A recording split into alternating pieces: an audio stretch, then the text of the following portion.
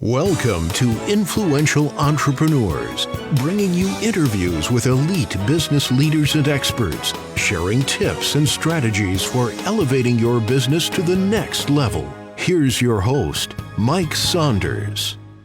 Hello and welcome to this episode of Influential Entrepreneurs. This is Mike Saunders, the Authority Positioning Coach. Today we have with us Lee Morris, who's the Vice President of Underwriting of Life and Annuity Brokerage with Gallagher Incorporated. Lee, welcome to the program. Thank you for having me. I'm excited to participate. Hey, you're welcome. Looking forward to talking with you. And you've got quite the broad job description of underwriting of life and annuity. I'm sure that encompasses so many things. And I want to get into kind of what you do on a day-to-day basis and how you serve advisors. But before we dive into that, give us a little bit of your background and story and how did you get into the industry?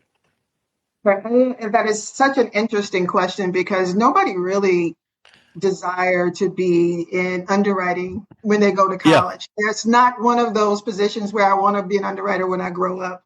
So after college, I actually started off with State Farm as a life underwriting training manager. And within that, it gave you an opportunity to be able to choose between service or the technical aspect of underwriting and mortality risk.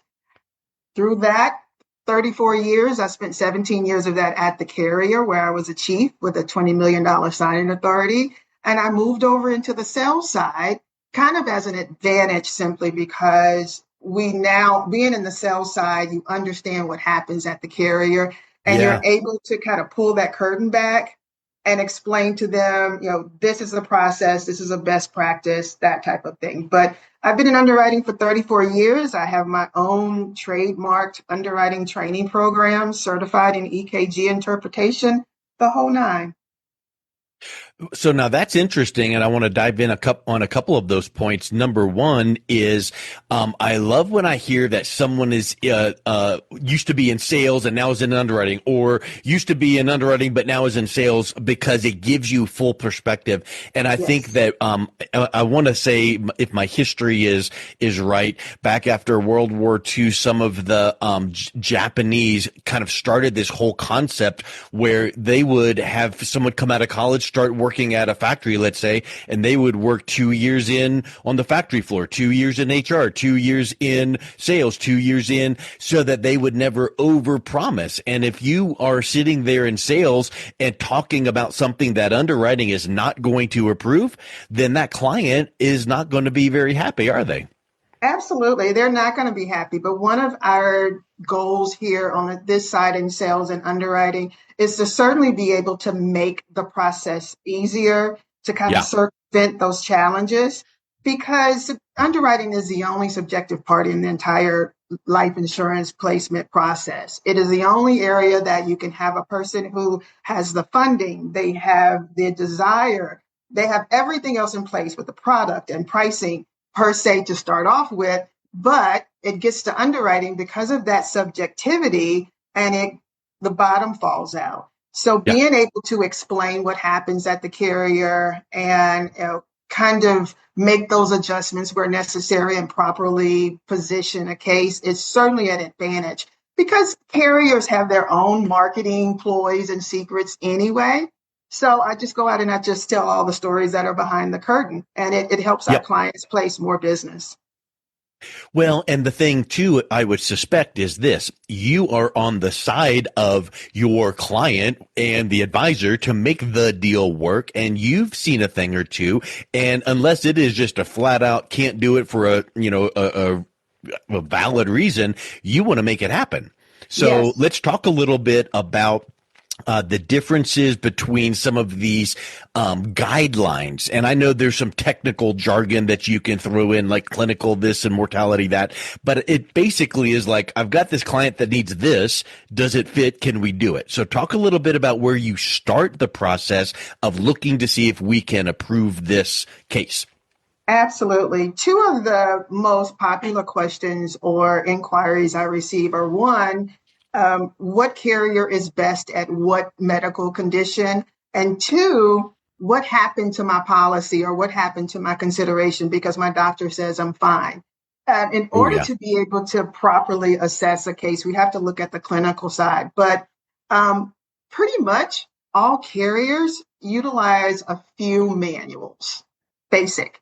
And the subjectivity comes or dials down to the actual underwriter, the understanding. But the latter part of that, I'm saying when I'm talking about mortality risk and clinical risk, is when a person goes to their physician provides them that one-stop shop, and they're able to see them over and over again and be able to kind of change direction or change course if something goes left. An underwriter or the carrier, they only have that one opportunity.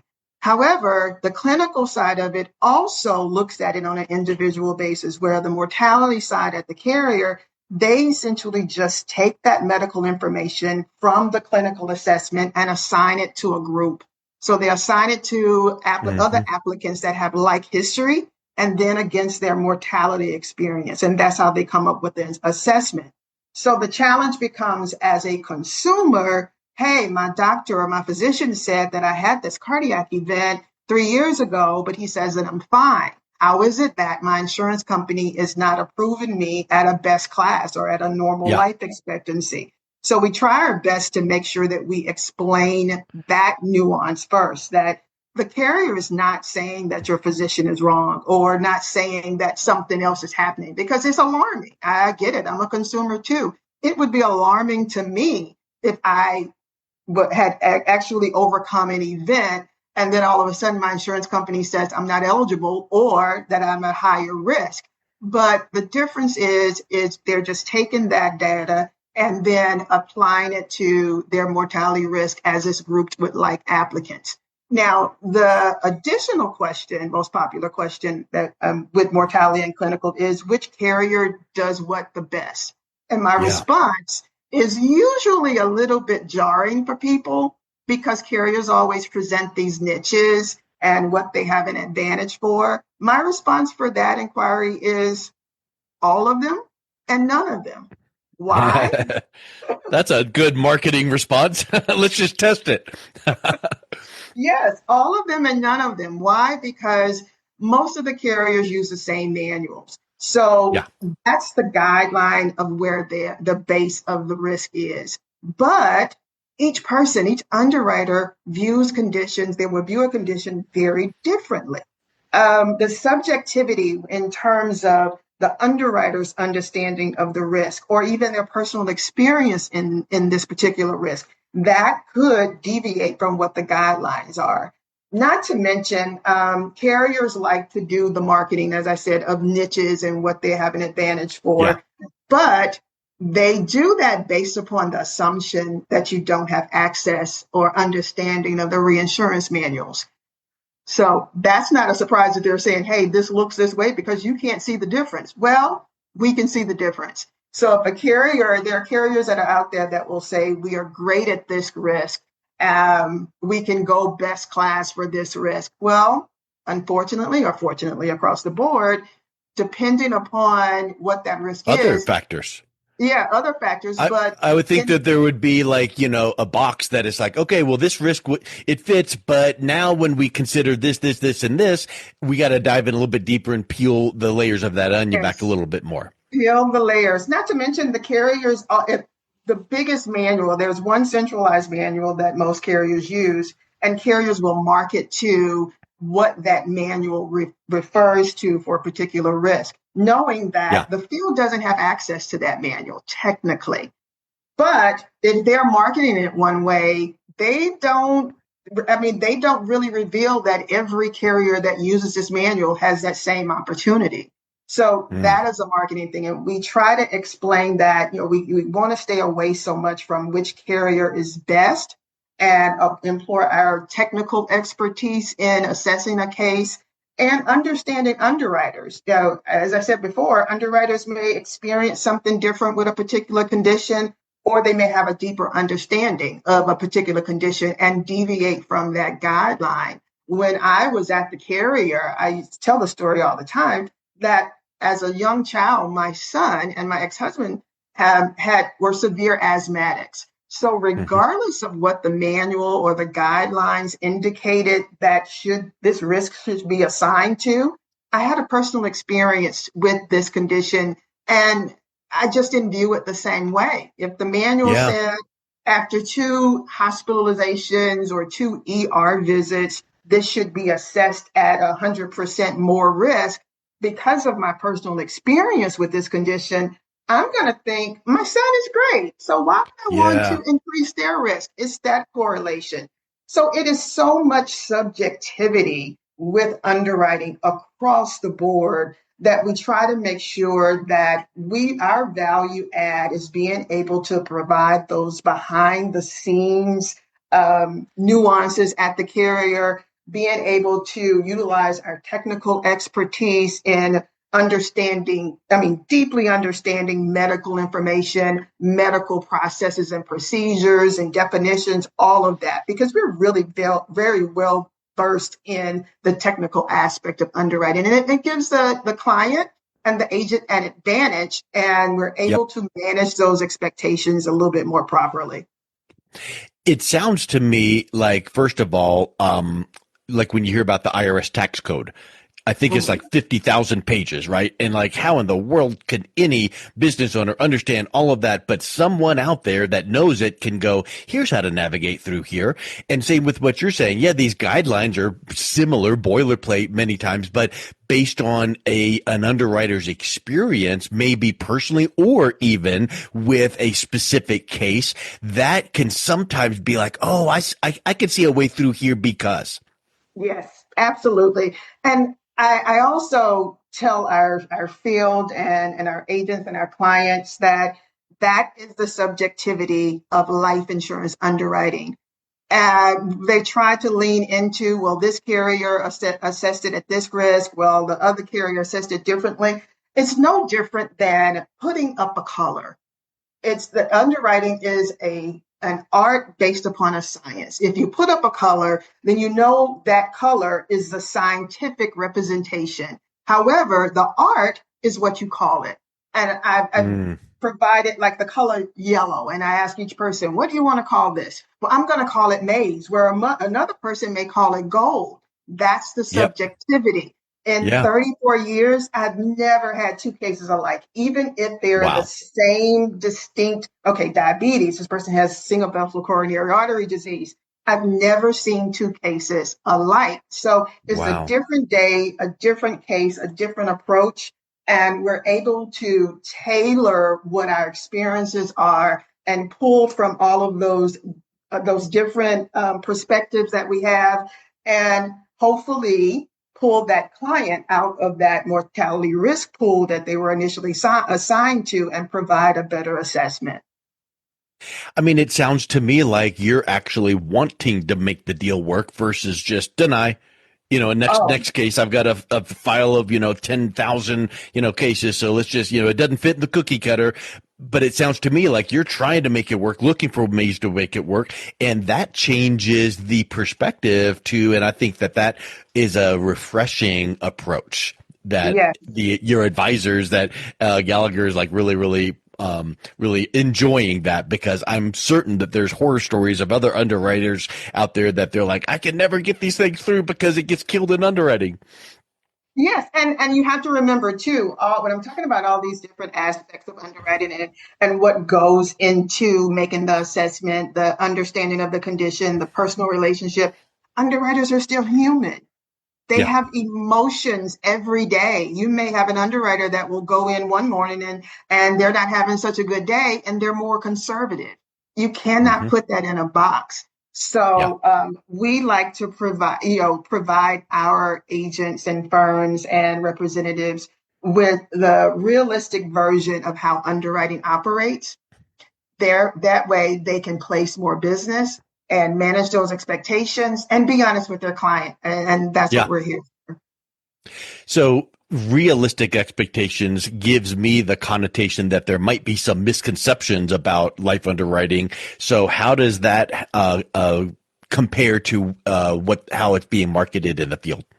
Yes, biggest misconception, again, as I talked about, this niche that we have an advantage. If two carriers use the same reinsurance manual, nobody really has the niche. It's the reinsurance manual that tells you if there's an opportunity to improve this offer. So it still boils down to the understanding of the condition, the experience of the condition, and how an underwriter may feel that day. So that's a huge misconception that one carrier is going to offer one way, so all of them are going to offer one way. It's not going to happen. As well as you can have one underwriter view a risk one way and another underwriter view a risk another way. When I used to be at the carrier, we would all sit and have these underwriting meetings, and we would use these different cases as examples. And if there were 10 people in a room, we may get 8 different perceptions of this risk. Are they wrong? No, not necessarily, because each one has their own view of the level of severity with that particular risk. But that's a misconception. It's a misconception that a carrier doesn't want to give you business. Carriers, we're in this as a partnership. Carriers want to provide business. We want to make it easier for them to provide business. Underwriters do not get any joy by hitting the decline stamp. Why? Because they have to look at that case again if the agent can't understand it. So it helps to make an underwriter's job a whole lot smoother if they're able to go ahead and partner and please the agent and the applicant. Everybody wants to place more business. Yeah. So how does Gallagher Underwriting position cases that's a little bit different than others? Absolutely. We provide the technical expertise. What we have here is, like we said earlier, that full view of the entire underwriting process. We understand how the new business aspect of underwriting is employed when you're talking about MIB coding, when you're talking about application processing, when you're talking about understanding even the questions per se. But we provide a different layer of assistance with our agents that we don't call things, when we're successful, we don't call them success stories. And there's a reason for that. A story could be a luck of the draw.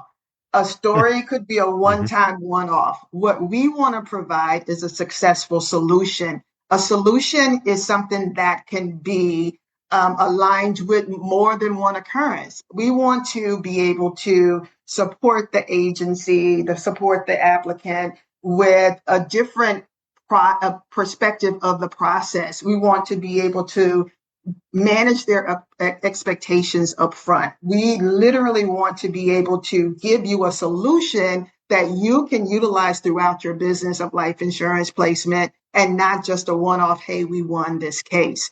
So with the technical capabilities that we have here, with understanding the reinsurance manuals, with understanding how the processes are at the carrier, we are an extension of that agent's office. We are an extension of that applicant, because we're their advocate that allows us to be able to negotiate better, to be able to partner better, all of those things. So we're a little different than a lot of other distributions. And it sounds like you said the technical side of things. It sounds like you bring not only a technical side of things, but a human side of things. You know, it's often been said, oh, business to business or business to consumer. But I love the new, thing that people throw in, H to H, human to human. And when you can bring in the human and common sense side of things to the technical side of things, it sounds to me like there's a lot of solutions that are made. Absolutely. Underwriters are human. As I said, they're human and they want to do what makes sense. A reinsurance manual technically is just a guideline. However, as an underwriter, you want to put a risk on the books that makes sense. So we try to have those conversations. We try to present that different perspective. The example of the, yellow versus maize versus gold. We try to change that perspective that moves that applicant out of a risk pool and kind of put an approach that we're partnering with you. We're protecting the carrier's risk, we're protecting our risk, and we're protecting the client and getting them the best offer that's available. Yeah. That's awesome. And then it's kind of like what's been said so many times before in other industries. It's a win-win-win. Like it's not just one person winning and yay, we won. Everyone is winning, from the client to the advisor to Gallagher. Everyone is winning when we are making those kinds of great decisions. Absolutely. And we present ourselves, we look at scenarios and partnering with our agents from different angles. I'll take a case and look at it as if I were still the carrier underwriter. Then I look at it from the agent's perspective, but I can never forget that I'm also a consumer. I want the consumer to also feel like that I am an advocate and a direct extension of them. So if you're able to assess this from all different sides, then it's an easier process to be able to mitigate the challenges and proceed in a best practice. Excellent. Well, Lee, I tell you, this has been really eye-opening. I love your approach, the sensible approach, the technical approach, the human approach to making sure that everyone is going to win. I'm sure that you don't want your personal cell out there or your email for people to be contacting. So what I will do is put in the show notes a link to the main website, and that way people can learn more about Gallagher and how they are serving the industry. But thank you so much for coming on. It's been a real pleasure chatting with you today. Thank you so much. I appreciate the opportunity and I welcome the partnership. You've been listening to Influential Entrepreneurs with Mike Saunders. To learn more about the resources mentioned on today's show or listen to past episodes, visit www.influentialentrepreneursradio.com.